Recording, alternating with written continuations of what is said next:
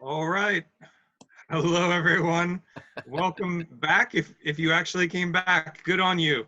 It's our third attempt at an LFC Delaware podcast. I'd like to think we're getting better. I don't know. What do you guys think? We'll find out. We Yeah, should set the bar very low. All right. Getting much better. So joining us this week, we have our special friend Sam, who's a longtime member of the club, one of the founding members, yeah? Also the same idiots you're used to seeing, Paul, Sean, Charlie, and myself, Timmy. So we'll start off by asking everyone, I don't even know what week we are of quarantine now. If this is our third podcast, it's been at least 3 weeks. I think it's like day 23 for me.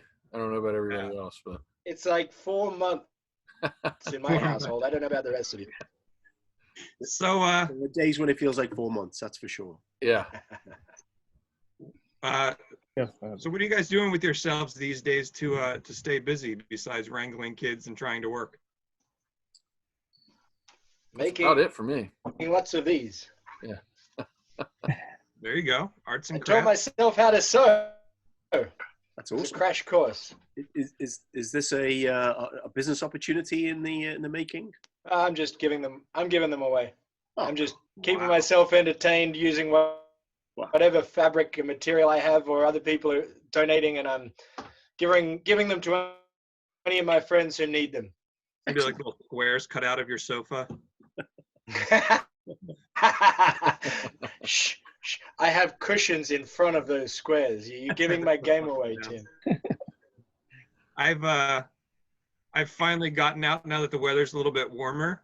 Anyone who follows me on Instagram or Facebook will see that I've just been building things with whatever wood and screws I can find in Yeah. the garage. Yeah. Yeah. By the way, there's no way that gate is keeping any worthwhile dog from getting off your porch. He's a very small dog.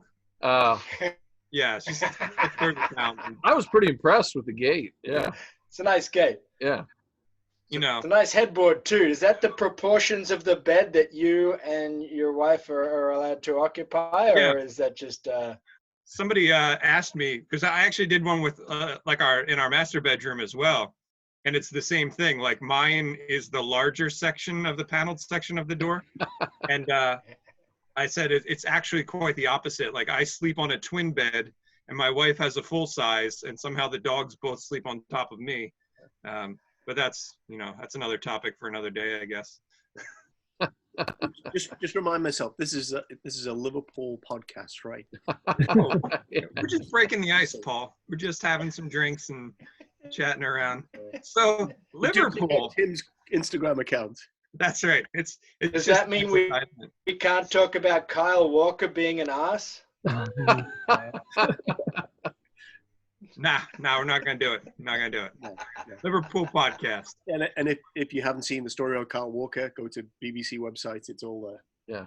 Just Yeah. Google Kyle Walker. There'll be a lot of stories pop up. To be shocked. So anyway, Apparently Liverpool that's- Football Club. Hey Sam, Yes, how sir. long Hey, have you Tim. been a Liverpool fan and or a supporter? Sorry, sound so American just then. How long have you been a Liverpool supporter, and what got you into it in the first place? I supported Liverpool from my childhood days. As I remember, the first time I remember watching Liverpool was in 1985 Champions League final against Juventus, and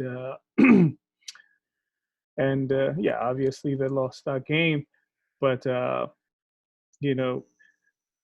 that was it. And I remember me supporting Liverpool on that game and, being sad. So I've been a fan since then.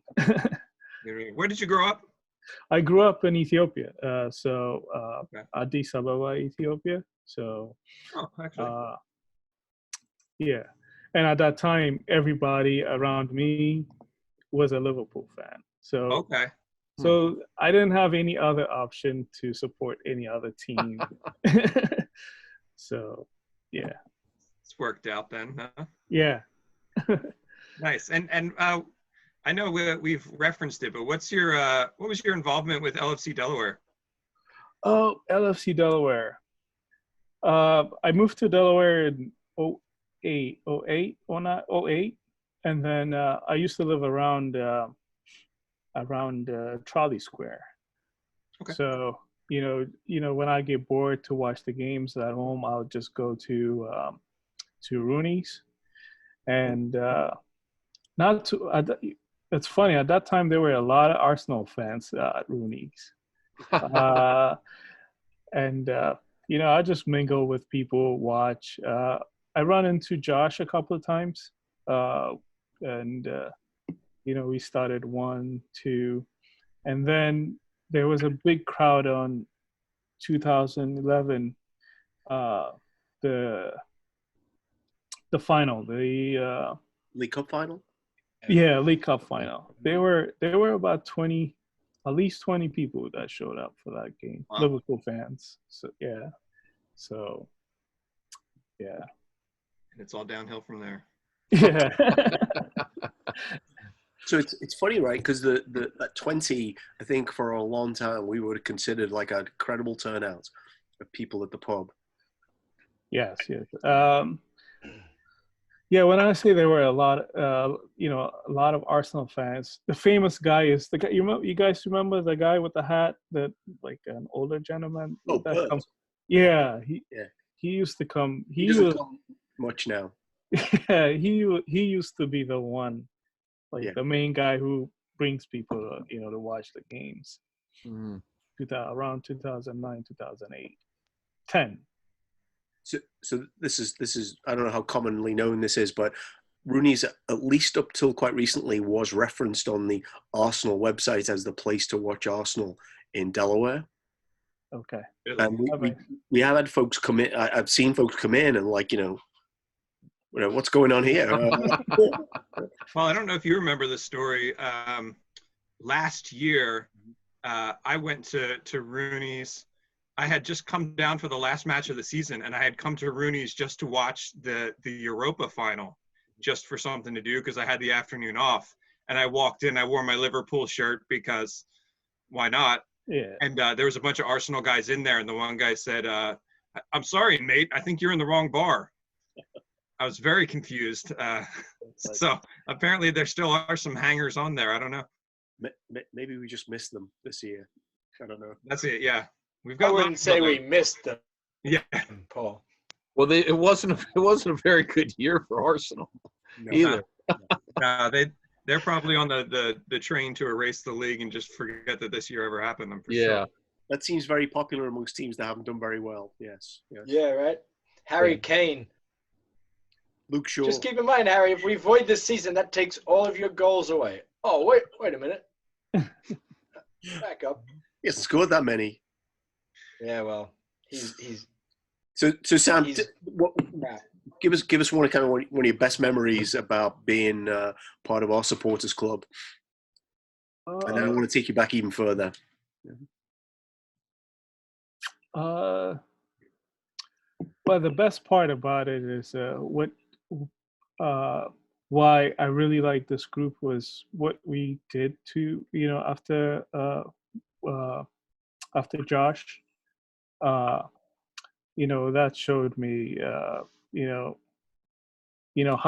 tight this group was, and that I really appreciated what we have done to that cause, and that was the highlight for me.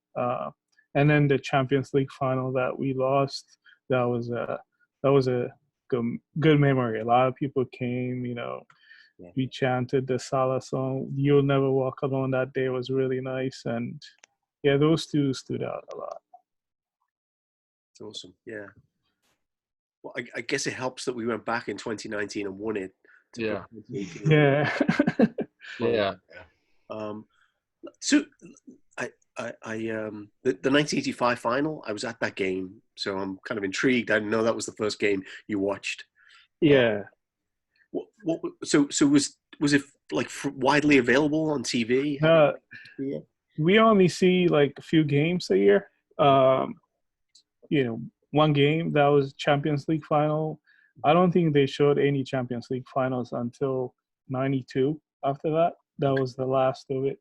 And I didn't see a Liverpool full match after that until the 90s, like 93, 94 or something. And yeah, but we used to have a uh, Big League Soccer, a show just like MOTD. We used to watch that once a week, uh, just highlights of the week. Uh, in 86, 87, those years. It was between Liverpool and Everton at that time. Yeah. When Liverpool wins, they go up top. When Everton wins, they go up top. So, yeah, but everybody around me was a Liverpool fan. So, um, um, I didn't have any other choice but to support Liverpool. Like the no choice. So we're going to kind of broaden it out into talk about some topics that have sort of come up on Facebook and in some of the conversations we've had. But in across all of those years, and this is really hard for me to pin down, but I'll ask you anyway. Like, who would be the one player that really just kind of characterized for you the team? There was one goal that Barnes scored.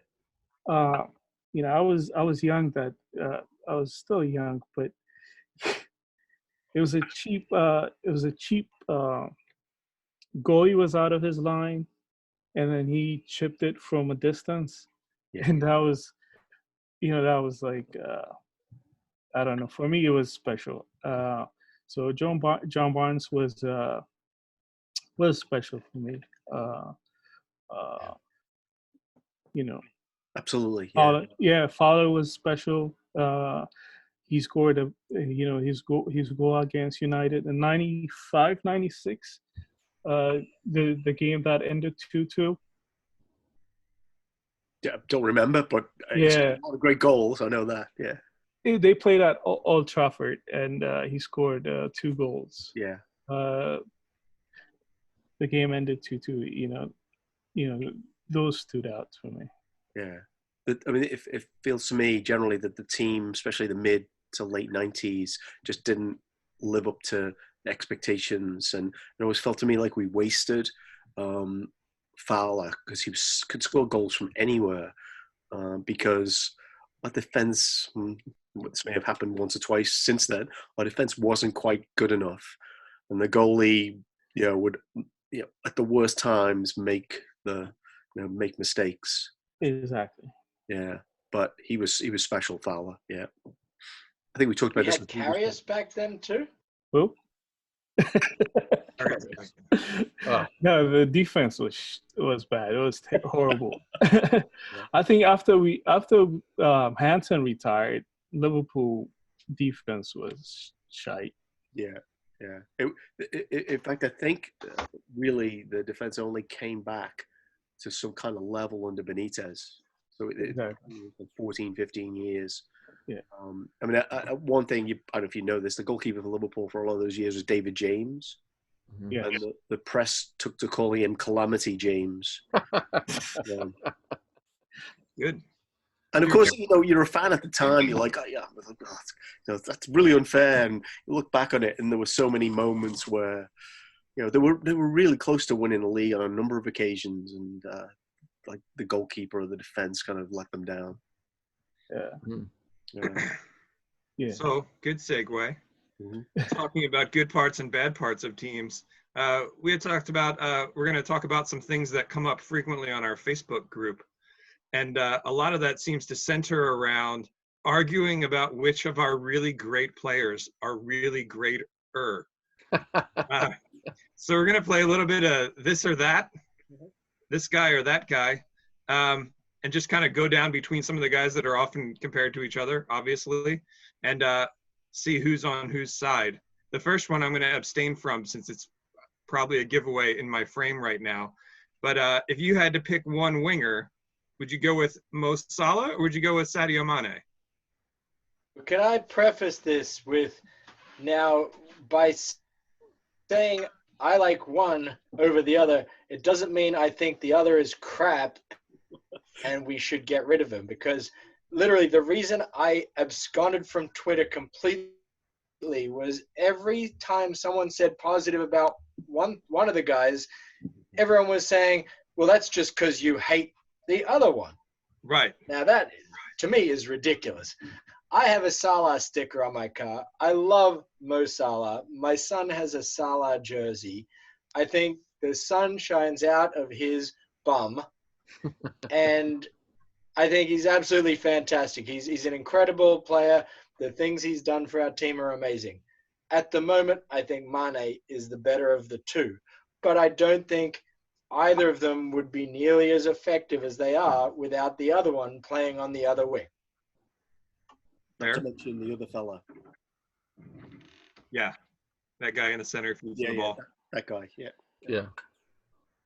So your That's team okay too. Mane this week or this month. Yeah, pretty much. Pretty much.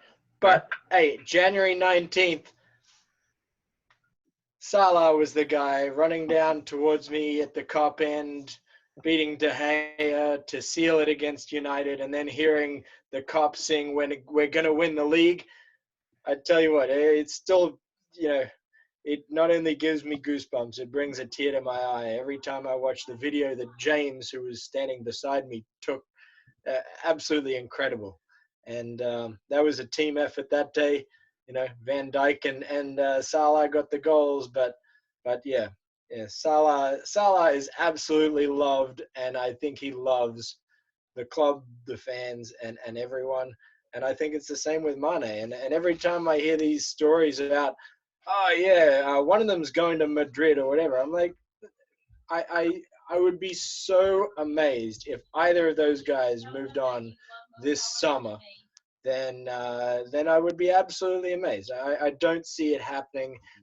We've got the situation where there's no buyout clauses in any contract, and Emre Can was the reason. Was one of the ones. Hey, he refused to sign a contract that didn't have a buyout clause. Okay, that's not how we do it. Move on to Juventus. Do whatever you do. Didn't work out so well for him, but we're not selling him. We don't have to sell him. And why would they want out? I don't see it. So Charlie, seems to me you've made the case for both of them there, by the way. Yeah, I'm completely on the fence. That's fair.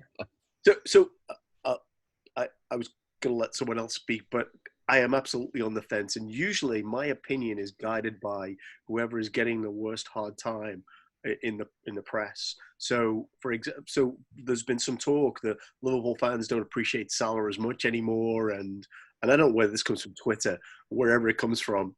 And then I'm looking for every positive thing that Salah does. Like, I thought he was phenomenal against Atletico Madrid, and I probably wouldn't have even called it out had it not been for all that noise.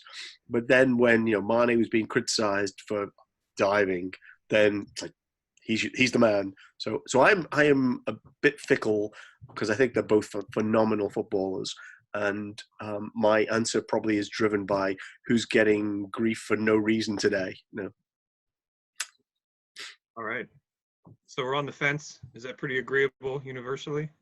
I'm firmly in the Salah camp. I love Mane. He's an incredible player, but I think it's just too easy to overlook just how good Salah is. I mean, he won the Golden Boot how many years running now, and he's similar to Sterling. Actually, brought up Sterling earlier. I think it was before that we started. He I think some people. I mean, as many goals as he scores, he actually gets more chances than almost any player in the league. I don't know what the stats are, but Sterling's the same way. He might miss a lot of chances, but nobody else is going to be able to get those chances. So he just he makes the entire team better, I think, because he almost stretches the field in a way. You have to defend against him.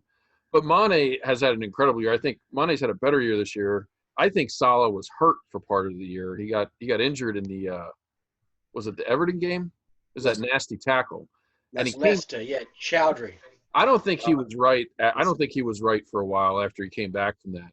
But having said that, Mane is maybe had the best year he's had at the club so far this year, and he's been incredible. And Mane also, I think, tracked back a little more. He has more of a defensive role than Salah, but yeah, I think Salah's just incredible. It's too easy to overlook how good he's been, in my opinion. All right. Well, here's another one for us then. So I don't think maybe there's a casting vote to be had here because I don't think we heard from you, and I know Sam had an opinion about which is. Oh, we're doing that. I guess we have 5, so we can have a quorum. Okay. Yeah, Sean actually. Depends how many are on the fence. Sean stole my point. For me, it's Mane just because of he tracks back, and I think Salah can be a little bit too much of a poacher sometimes. Sometimes you'll see Mo come back and get on D, and other times you just kind of see him just kind of like shuffling around midfield, waiting for that outlet pass so he can run to Charlie and score a goal. For me, it's Mane for that reason, and also I just love Mane as a person. They're both stand-up individuals, but Mane talking about how he goes to his mosque and cleans toilets, which Mo may also do, but I don't know. That just to me says like, well, he's a guy who hasn't let it go to his head, like literally. Mm-hmm. Wow, casting vote, Sam. Oh, that's a difficult one. He was hoping to stay out. By the way, the on the fence votes have already been taken. We can't have a third on the fence. You need to choose one. Yes. That's not kind. You can't bring a guest on and then pin it on him. I'll go with Mane as well. All right, sorry, Yeah. Sean. Hey, But it's okay. I'm solid now, so it's tied. yeah. Okay. Next So question. 2 of us hate Mo, and 1 of us hates Mane. 2 of us are, see what good guys. But I mean, honestly, every guy in this team, the character is unquestionable. Yeah. Of every one of these guys, even Lovren. Whatever you say about Lovren, Lallana, and so on, their character is beyond reproach. Yeah. Well, and I think especially in that front 3, none of them are as good if they're not working. I think they all kind of complement each other very well. So, Just love the smiles, the celebration. Yeah. One of my favorite things about Sadio is him imitating the celebrations of the goal scorer. He does it all the time. Like I never noticed it until the one time someone posted a photo of him doing like the Kung Fu Bobby kick. Yeah, that was a funny one. I remember that. Yeah. You got to get the right camera shot. I mean, I think he's almost always doing it, but you only occasionally have the right camera angle for him. It's absolutely hilarious. The spin kick, so much fun. They love their football. You love that. Yeah, Tim, you're right. I love that. So that's the front wings. How about the back wings? If you had to go Robbo or Trent, does anyone have a strong opinion over which one you'd take? Trent. Scouts are on our team. Scouts are on our team. Yeah, I'd go with Trent too. Yeah, Trent. I love Robbo. I mean, I love his work rate. He's a great player. I love him. But Trent is arguably the best fullback in the world right now. It's crazy to say, but that's how good he is. I mean, he kind of bosses the game from the right back position at times, which is unbelievable to think about. And he's so young still, too. But, yeah, how old is he? What's he, 19? I think 20? He's 21. Is he 21? 21. Yeah. I mean, it's unbelievable what he's done, especially in the last year or two. It's just he's incredible. Some of the passes he hits around the field. I mean, and if you watch when we play without him, when he's injured or if he's out, we don't have the same attacking threat that we normally do. I mean, he almost runs the offense from that back position sometimes. Yeah. But I mean, Robbo's incredible and probably a little bit better defensively, but I'd go with Trent overall. The only thing, and it's not really a contrary opinion, but the only thing I'd say is that Robbo is a fullback. Trent is just like some otherworldly position he's created for himself. And I think Robertson probably doesn't have the same kind of like level of technical ability. But we have had some terrible left backs. I don't know. Really hard to name that many good left backs we've had in the last 20 years. I was going to say, hard to name bad ones. That's not that hard at all. Oh, it's really easy to name bad ones. Really Yes. easy to name bad Well, ones. I'm not going to get into calling people up. I'll be We're brave. staying positive. Staying positive. But so there is something wonderful about having like a good left back. That's Yeah. I think what Sean said makes sense to me because when Robbo misses a game and we can put Milner back there, doesn't have quite the offensive upside, it doesn't seem, but the defense doesn't fall off. For Trent, it seems like we've put Gomez in there most of the times, like unless we're playing a Nico Williams or something like that. Yeah. But I was thinking about the question earlier today about Trent or Robbo, and the thing that came to my mind is if I have to have one of them with the ball on their foot, I want Trent, and if I have to have one of them with the ball on the opponent's foot, I want Robbo. Yeah, that's fair. Just because I feel like he tracks back really fast, gets back in the box, plays defense, as Paul said. Sometimes Trent's not so worried about that, and sometimes Trent's still learning. But I feel like that might be the one like glaring fault in Trent's game sometimes, is that he gets called out of position and doesn't quite get back to it quite as quickly as Robin. Honestly, I mean, I generally agree with you, but I do think that point is a little overblown. If you actually look at the statistics, Trent doesn't really get beat very much at all. He looks a little shakier at times, but he rarely gets beat badly like people make out. And it's absolutely insane that he's not just a locked-on starter for England. I mean, he should have been for a while now. Harking back to the hey, we're not allowed to talk about that guy. I mean, he's so much better than all their other options. I'm sorry, it's not like England don't have other good right backs, but give me a break. He's so much better than these other options. You know this, right? Well, okay, how about this? Consider, on the defensive side of it, Robbo has Sadio Mane in front of him on the wing, who we all agree tracks back more than Mo. Yeah. That's He also totally. has some guy called Virgil, someone just right. Yeah. behind him.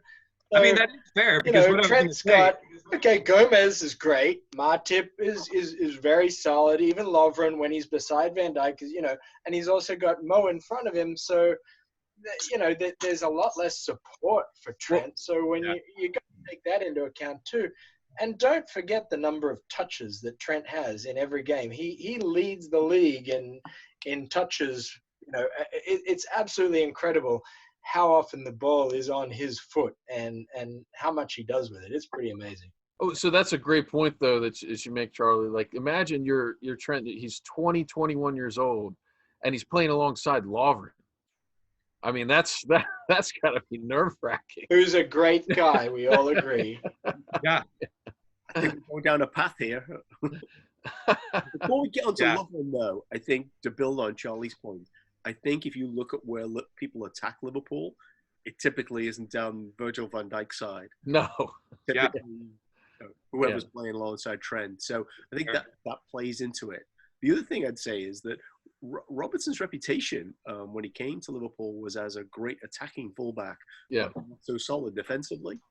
So I clearly think that's exaggerated. But it's worth bearing in mind as to kind of how people can develop, I guess. Yeah, exactly. And I think you can't forget about the fact that Trent either just did a lot of growing up in the summer or spent the entire time in the weight room, because just watching replays of the Barca game from last year, and Trent looks like a skinny little kid, and this year he came back and he had muscle, he had size. So he's taken advantage of far less this season, I feel. And Trent scores from set pieces. Yeah, he does. He's got a wicked shot, and Robertson. I think the right answer was Trent, but Rob was phenomenal left back. Yeah, it's hard because they're probably, in my opinion, they're the two top fullbacks in the league. We have both of them. Yeah. So it's you're picking one or two, but fair. And in most of the truth is hard, right? It's kind of an embarrassment of riches now, which is how we got on the topic originally from talking about how some teams in the past for Liverpool didn't necessarily have parity all around. Yeah. So the last thing we'll hit is actually, I don't know if it's a fair question or not, but in the defending midfield role, I know we've had two choices this year. We started off with a really great Fabinho who got hurt, and Henderson came in and everyone said the sky is falling. And then Henderson turned out to be amazing. And then Fabinho came back and maybe wasn't quite as amazing. So if we start the season up June 1st, I don't know. But if we did, who are you going with at defensive midfield to start? Are you going with Hendo, or are you going back to Fab and hoping that he worked out his kinks while he's training at home? That's a trick question because I want them both to start. I'd like to start Fab with Hendo next to him. Defensive midfield, not his, attacking mid number 10 role that Jordan was playing before then. I mean, I think the plan is for Fabinho, to be in that role long term. He wasn't as good when he came back from injury. I don't know why. Maybe he wasn't fully fit, or maybe he just was rusty or whatever it was. But he definitely wasn't himself when he came back. So I hopefully after the long layoff, he'd be kind of on par with everybody else. So yeah, I mean, I have to wonder if maybe he came back too quickly, since Hendo was out also, right, at that point? I think that probably was part of it. Yeah, that's my sense. Because if you remember at that point in time, we were getting kind of short on midfielders. We had a lot of injuries. And I think Ginny was hurt at one point too, wasn't he?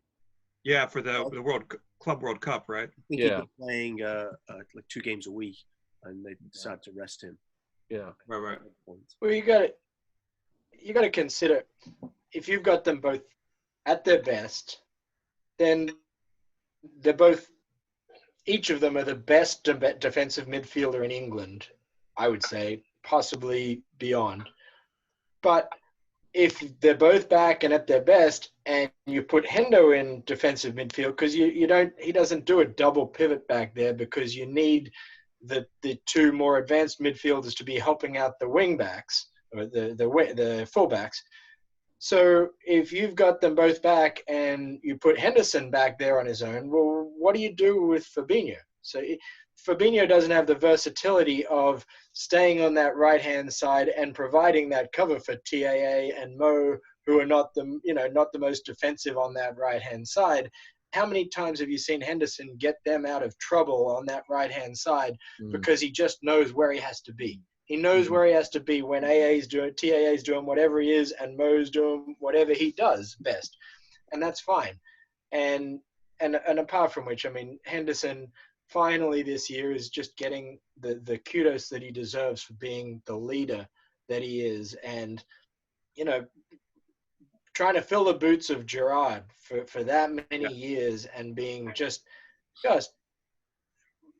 pissed on, pardon my French, by so many Liverpool and non-Liverpool fans saying he's worthless. Well, okay, why is he the captain, or at least vice captain of England? He's the captain of Liverpool, and Klopp has never doubted him for 1 minute. Finally he's getting those props, and people are actually seeing, hey, this guy ties this whole team together. When we don't have him, that's almost like the biggest miss we could have. People say, well, if you didn't have Van Dijk for blah, blah, blah. Okay, maybe. Let's see. But if we don't have Henderson, we're not the same team. We're not as good. We're not as solid. We don't have someone who can, maybe Milner, but you need, Henderson is so good at just making sure everyone is on their game, doing what they need to do when they need to do it. And he, such a great captain, such a great player. And he has that versatility within those midfield ranks. So, yeah, hey, I like to see both of them. But if I saw both of them, Fabinho would be in that deep-lying number 6. Way to bring it back.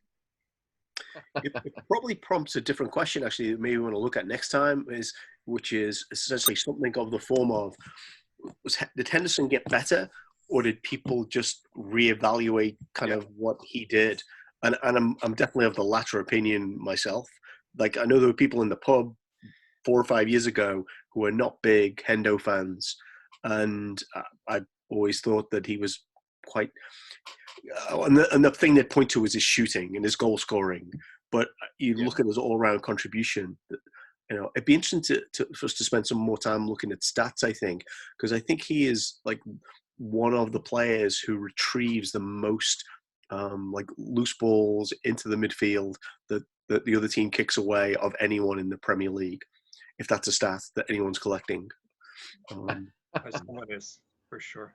So I would start with him, but then, you know, Fabinho's not a bad player, right? So yeah. It's a great I think it all comes down to, you know, probably definitely we're about done for time now, but something we can talk about in the future. Charlie got into it, is the very confusing structure of like tactics for Liverpool, because anytime you hear about it on television, they refer to it as a 4-3-3.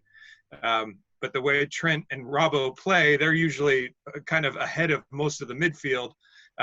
So sometimes it doesn't always look like 4-3-3. Maybe it looks like a 3-4-3 or a 2-5-3. So I don't know what. But that's for another day, right? Yeah, I heard Klopp said something interesting about that in a press conference, and he doesn't talk about it a lot, but I think it was in January. And I don't pretend to know a lot about tactics, but he said something referencing a player. He said, well, he was in this role in attack, and we had him in this role in defense. And so, and I'm assuming that most clubs probably do the same thing. So it's not like you're not treating it like a 4-3-3 in attack and defense. Like they switch positions based on where they are on the pitch for various opponents. So and that kind of goes back to, you know, talking about defending midfielders. I feel like a lot of times you see Fabinho go from, you know, pushing ahead to dropping back almost like a center back. So sometimes we could actually almost have a 5-back. So I think that's probably one of the things that has gone in our favor of why, you know, Ali kept so many clean sheets in a row, because this team is, I don't want to say defense first at this point, but can be that way very easily. Shut games down. But when compared to prior seasons, I think you would say they are, you know. Yeah. They know when to defend. They know when to, you know, unleash the fury. I really never had full confidence in our defense, honestly, until we won the Champions League final last year. I was still paranoid that we were going to let up a goal at the worst time, because it was just years and years and years since Rafa left of just being that team that always gave up the 90th minute goal or something, you know, just did something stupid defensively. This year, scoring it. So there we go. Yeah, but and then this year, it's the defense has been incredible. It was one of the best in the history of the Premier League. So it is amazing how fast it's turned around. But. You said time was up with Tim. So are we wrapping up now? I think we're wrapping up. I think we're about 40 minutes, right? I think we've spent enough of people's time.